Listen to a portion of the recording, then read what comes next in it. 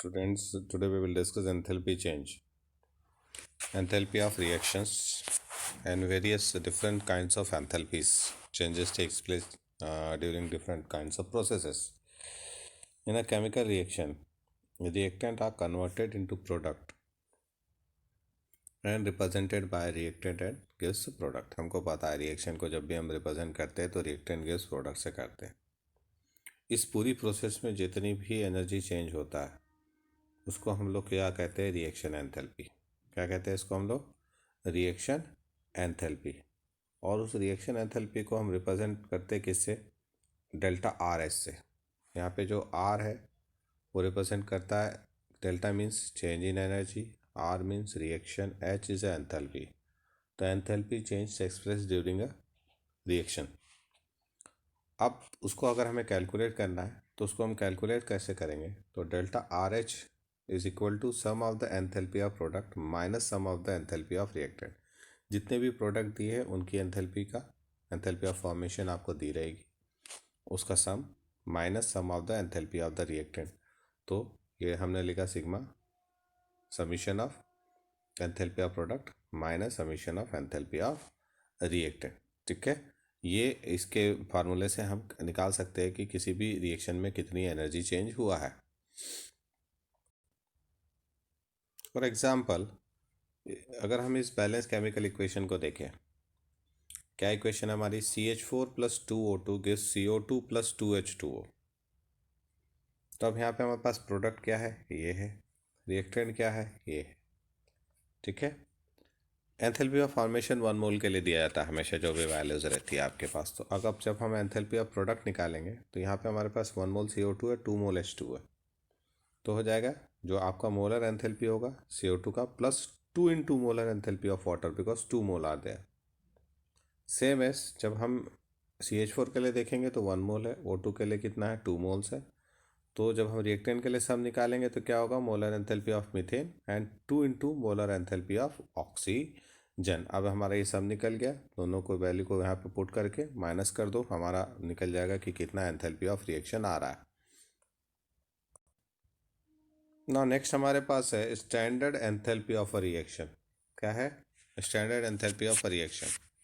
What is standard enthalpy? क्या होती है?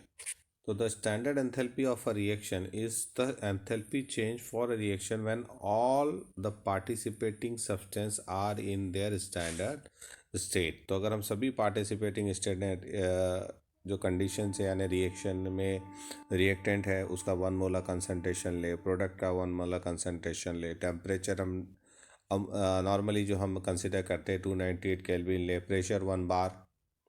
ठीक है, तो उसमें जितना भी एनर्जी चेंज होगा रिएक्शन में उसको हम लोग क्या कहेंगे? Standard enthalpy of a reaction. जैसे यहाँ पे दिया है कि the standard state of a substance at a specified temperature is the pure form at 1 bar. ठीक है, अब कुछ एग्जांपल हम यहाँ देख लेते हैं. ये हमको कुछ standard enthalpy of fusions and vaporisation जैसे N2 का अगर हम देखें तो कितना है? 63.15 है. अमोनिया का कितना है? 195 है. HCl का 159 है. तो ये एंथैल्पी ऑफ फ्यूजन हमें यहाँ पे दिया, देखो डेट 7.72 है नाइट्रोजन के लिए, 5.65 है किसके लिए? अमोनिया के लिए. तो एंथैल्पी ऑफ वेपोराइजेशन और enthalpy of sublimation vaporisation and fusion दिया है, और ये दिया टेम्परेचर केल्विन में. ठीक है, TF and TB, boiling temperature and the freezing temperature. तो ये फ्रीजिंग टेम्परेचर हो गया, ये बॉइलिंग टेम्परेचर हो गया. 63.15 पर हमारा यहाँ कितना रहा? 0.72. इसका 195 पे कितना रहा? 5.65. तो ये हमारे पास एक स्टैंडर्ड टेम्परेचर, स्टैंडर्ड फ्यूजन क्या है? Standard enthalpy change of a fusion है, और standard enthalpy change of a vaporisation है. जैसे कि कुछ और हम यहाँ पे देखें तो यहाँ पे दिया ethanol at 298 kelvin is pure liquid ethanol at 1 bar. Standard rate of solid iron at 500 Kelvin is pure iron at 1 bar. Usually data are taken as 298 Kelvin. Generally हम किस पे लेते हैं? 298 Kelvin पे लेते हैं.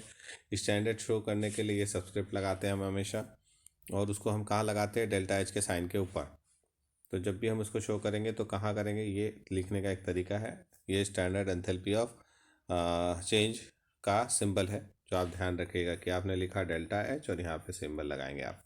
ठीक है, अब हमारे पास जो नेक्स्ट टॉपिक आता है वो आता है enthalpy change during a phase transformation. अब enthalpy change during a phase transformation, phase का मतलब क्या होता है, जब हम एक फिजिकल स्टेट से दूसरे फिजिकल स्टेट में चेंज कन्वर्जेंस जो करते हैं, यानी हमने सॉलिड से क्या दिखाया लिक्विड, या लिक्विड से क्या चेंज हो रहा है गैस, या आपका गैस से क्या चेंज हो रहा है लिक्विड, या गैस से क्या चेंज हो रहा है सॉलिड, या लिक्विड से क्या चेंज हो रहा है सॉलिड, तो ये फेस ट्रांसफॉर्मेशन कहलाता है। तो इन प्रोसेस में जितना भी एनर्जी चेंज आएगा वो उसका क्या कहलाएगा, enthalpy change of a phase transformation. In process के नाम हमको पता है कि फिक्स होते हैं, है ना, कि अगर हम किसी भी चीज़ को लिक्विड से गैस में बदल रहे हैं तो उसको वेपोराइजेशन कहते हैं, और अगर हम गैस से डायरेक्टली सॉलिड बना रहे हैं तो सब्लिमेशन कहते हैं। तो अगर हम सब्लिमेशन प्रोसेस में एंथैल्पी चेंज शो करेंगे तो उसको हम लोग एंथैल्पी ऑफ सब्लिमेशन कहेंगे। ऐसे ही अगर हम गैस से लिक्विड से गैस बना रहे हैं, वेपोराइजेशन कर रहे हैं, तो उस प्रोसेस को हम लोग क्या कहेंगे, एंथैल्पी ऑफ वेपोराइजेशन कहेंगे। ठीक है। अब एक एग्जांपल लेते हैं कि अगर हम एग्जांपल लेते हैं आइस, फेस ट्रांसफॉर्मेशन को समझने के लिए, कि अगर हमारे पास आइस है तो आइस से हम क्या बनाएंगे, ऑब्वियसली आइस को अगर हम हीट करते हैं तो it will change into the liquid. ठीक है। प्रोसेस इज कॉल्ड मेल्टिंग, है ना, वो हमेशा कांस्टेंट प्रेशर पे होता है, एटमॉस्फेरिक प्रेशर पे हम मेल्टिंग करते हैं। और जब भी फेस ट्रांसफॉर्मेशन होता है तो टेम्परेचर रिमेन्स कांस्टेंट। हम लोगों ने 9th-10th में भी पढ़ा कि जितनी भी एनर्जी हम सप्लाई करते हैं वो एनर्जी यूज़ हो जाती है to convert the substance from one phase to another phase. तो वन स्टेट से अनदर स्टेट में कन्वर्ट होने में चेंज होती जाती है एनर्जी, और इसीलिए टेम्परेचर क्या रहता है, कांस्टेंट रहता है। तो यहाँ पे अगर हम एग्जांपल देखें तो एंथैल्पी ऑफ फ्यूज़न, वो प्रोसेस क्या कहलाती है, फ्यूजन कहलाती है। तो एंथैल्पी ऑफ फ्यूज़न को अगर हम देखें यहाँ पे, तो वाटर है, वाटर के लिए यहाँ सॉलिड से क्या बन रहा है, लिक्विड बना। तो इसके लिए एंथैल्पी ऑफ फ्यूज़न कितना आ रहा है हमारे पास, 6 किलो जूल पर मोल। ठीक है। अब इन द स्टैंडर्ड स्टेट, तो एंथैल्पी ऑफ फ्यूज़न हमारे पास यहाँ पे कितना है, जब सॉलिड से लिक्विड में कन्वर्जन आ रहा है तो 6 किलो जूल आ रहा है।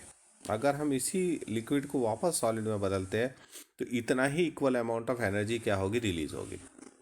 क्या होगी, इतनी ही equal amount of energy release होगी जब लिक्विड से सॉलिड फॉर्मेशन होगा, यानी 6 किलो जूल एनर्जी रिलीज होगी।